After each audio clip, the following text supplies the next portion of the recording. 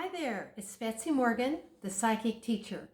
Today I would like to share with you an experience I had recently, and in fact I've had it several times since I've been teaching channeling over the last 35 years, but it just really got to me this time.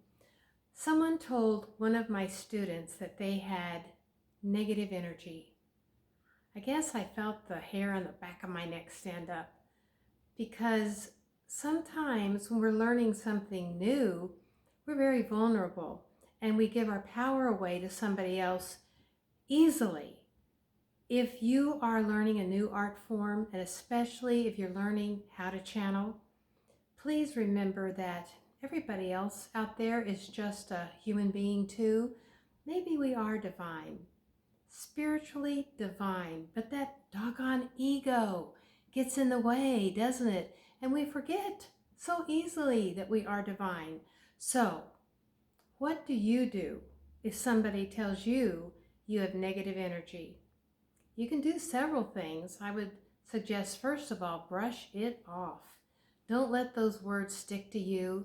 Words have a power like that when you choose, your choice, when you choose to believe them. And we usually believe something negative about ourselves when we have low self-esteem, when we have been taught from past experiences, or maybe our own insecurity that our soul chose to have as one of our lessons for growth in this lifetime. However, you may have gotten that temptation to listen to somebody else over your own internal guidance. Brush it off. Let it go. And then check it out.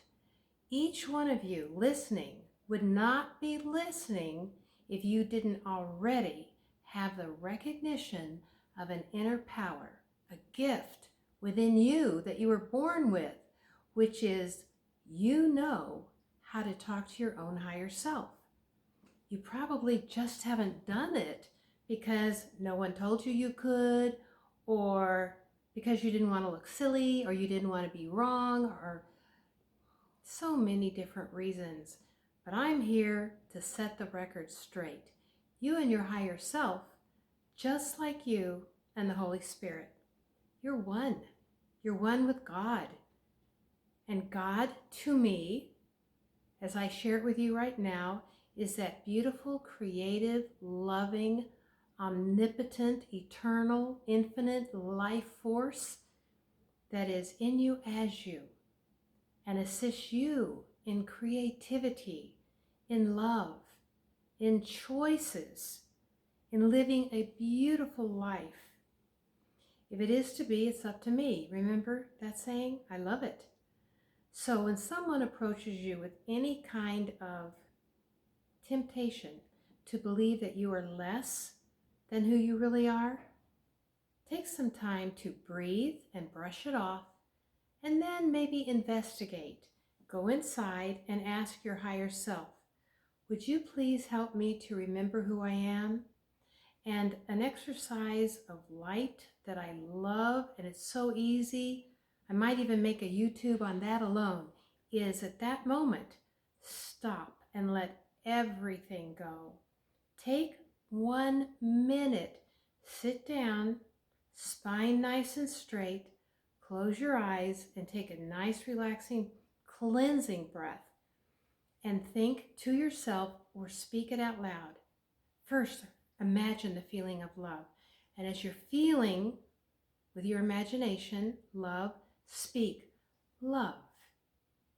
And breathe again. And then feel peace. And out loud, speak peace. And breathe again. That's all there is to it. I promise you, a miracle can happen in less than a minute. So sit down, go inside and ask your higher guidance, who am I? Most likely, they will say you are love. The answers are usually given so simple, but because they're not complicated, once again, our ego will say, don't believe that, it's not complicated enough. The truth is simple. You are love. You are creativity. You are the external expression of God. You are unity in action. You're beautiful. So when Spirit talks to you, listen and feel it, and then, sitting in a comfortable position, close your eyes and breathe and feel love and say out loud or to yourself, love.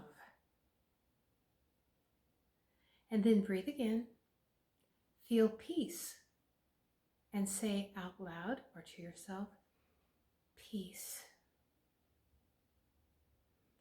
Just that alone is going to cleanse your energy field and bring you back into resonance of truth, the physical and spiritual and emotional feeling of who you really are. We get caught off guard. And when someone says something negative to us, we often find that we need a rebuttal. We need to attack back. Attack is fear. Fear is forgetting the truth. Anger is fear.